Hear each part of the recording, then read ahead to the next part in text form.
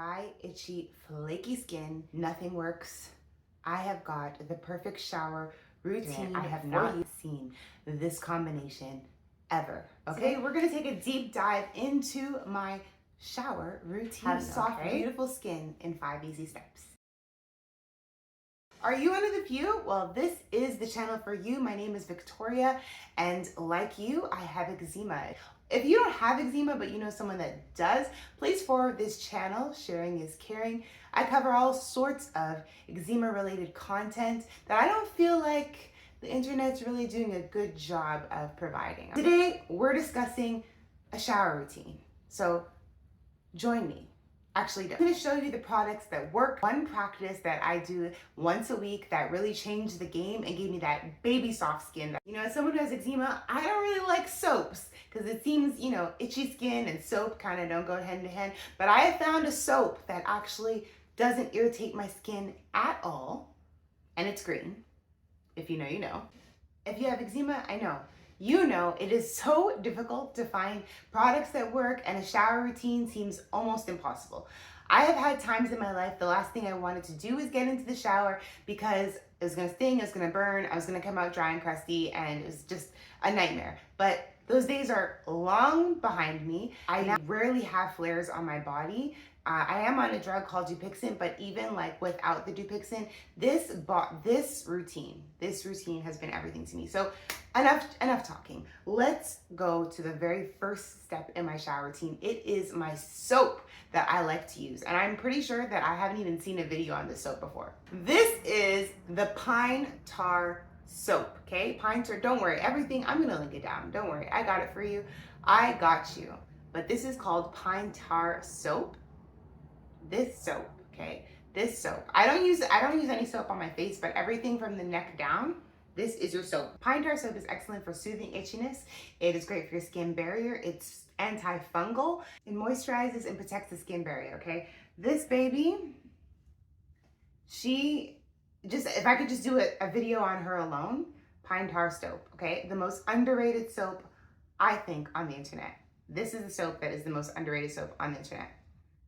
Hands down, Pine Tar soap, okay? First step, so you're gonna, of course, get in the shower and you're going to lather up, baby, with your Pine Tar soap. You're gonna rinse that off.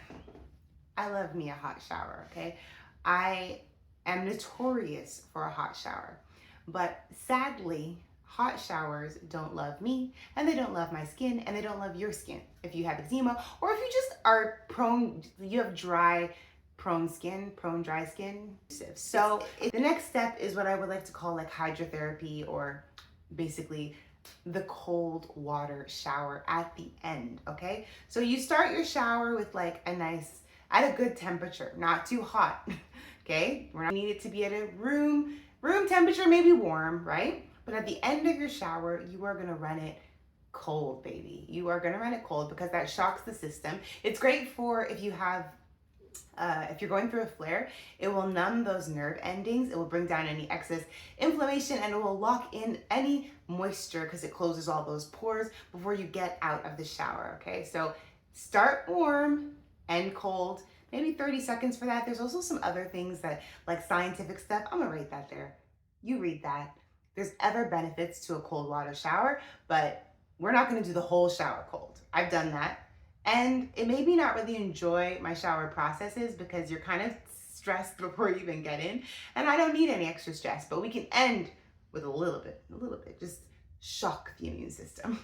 All right, so now that we come out of the shower, you're gonna damp dry your skin, okay? Don't like rub, just damp dry. The more moisture that's left on your body, the better. There have been seasons I've even just let my skin be wet and then apply this product. But you gauge how your skin is doing. Okay, and we're gonna move on to my holy grail product. If you have been watching me for any period of time, this is like the #1 thing I talk about. And this is the Naka Platinum Aloe Vera Gel. It's an organic and vegan aloe vera gel, but I mix this 50-50 with glycerin. More recently, I've been doing 40-40-20. So 40% glycerin, 40% aloe, and then 20% water. Mwah, okay? Aloe is excellent. Soothes itching and inflammation. all right? Heals the skin. It's great for wound healing, all right? It's also antifungal, okay? And then glycerin is a great humectant. A humectant means it draws moisture to the skin, especially if you add that little bit of water or you apply it on already damp skin. It's gonna also lightly antibacterial, and it helps the skin stay hydrated longer. So this is my lotion, so to speak, basically. For the most, 9 times out of 10, this is all I'm putting when I get out of the shower. Now, I am on Dupixent, and in the winters, I do run more dry. So this would be my next step. I would say you only have to do this if you find that after a week of doing this, you don't feel like your skin is moisturized enough. This Holy Grail product or MIC combo, it takes about a week for your skin to adjust to, okay? So give your skin some time to like adjust to this before you bring in this baby. But if you find for whatever reason you're just dry like Sahara Desert, then we're gonna bring out tried, tested, and true Cetaphil Moisturizing Lotion. Oldie but goodie. She does what she needs to do. I'm sure you guys know all about her. It is dermatologist approved, and I would finish up with that, and then my skin is done. I'm glistening, I'm glowing. I noticed that, you know, a lot of my patches were gone after doing this, but there may be some bonus tips, okay? There's 2 things that you need to do. I'm gonna teach, at the very end, I'm gonna tell you about one practice I do once a week that gives me baby skin, soft skin, and deals with the staph, because people with eczema tend to have staph. Sorry for all the beeping. I live in one of those beepy houses. But first, let me tell you about this baby. This is what I use to scrub my skin. It is the African sponge. This is technically not there's 2 types. This is like a knitted mesh, but there's ones with the big holes, okay? I ordered this and I thought it was the one with big holes, but this is working just as well. But the African sponge, I will link down below.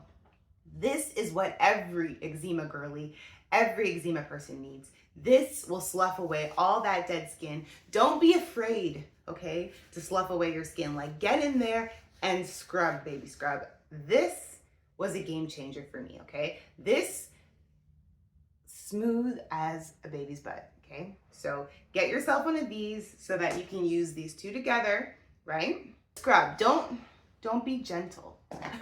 Actually take time and slough away that dead skin, because with people with eczema, our skin is slow to slough away dead skin. So you have to manually go in and slough that dead skin away to reveal the nice skin underneath. And then of course, that's, you know, you lock all that moisture in with these 2 products. Okay, and now to finish it off, I'm gonna tell you guys what I like to do once a week to keep staph bacteria down. And I can't believe how soft my skin is after one of these baths, okay? You ready for it? I take a vinegar bath. Now, I have a big bathtub, so I would put literally like this much in my bathtub. So it's a good amount I would put in once a week. If you do them more frequently, then don't put that much, but just once a week, I literally would put half of it, or like this much. I don't know how many cups that works out to be. I have a big tub. Vinegar kills Staph aureus, and those with eczema, I don't know, man. We have some interesting things that just like to grow on the top of our skin. Our skin barriers are broken, so this will kill that bacteria. It also restores the skin natural pH. Our skin microbiome, all of that, a little strange. Okay, that helps restore the skin's natural pH levels. And I found anytime I did that, my inflammation was down like significantly. Like that night, and itch would really come down after a vinegar bath. So that about wraps up my wonderful shower routine. Just to quickly recap, started off with a wonderful pine tar soap and our African sponge, and we get to work, okay? We scrub, scrub, scrub. This is, of course, from the neck down, okay? I do not apply soap to my face. If you're interested in my skincare routine for my face, I will link that video for you too, because we need to handle our face with care. We don't want to be scrubbing our skin like that, okay? This is just for the neck and down. The skin on your neck and down is a bit stronger than the skin on your face, your eyelids, and all of that. So we have to differentiate. But we first start with this, all right? You rinse that off, And then you're gonna finish your shower with nice and cold water for about 30 seconds. You come out damp, dry, and you're gonna use my Holy Grail 50-50 glycerin and aloe vera gel, or 40-40-20 with water. And if you run super dry, you can layer up with the Cetaphil, okay? And then you're good to go. On your merry way, have a wonderful day. And once a week, we're gonna bring out the vinegar, not to clean, but to soak, all right? We're gonna smell like salad.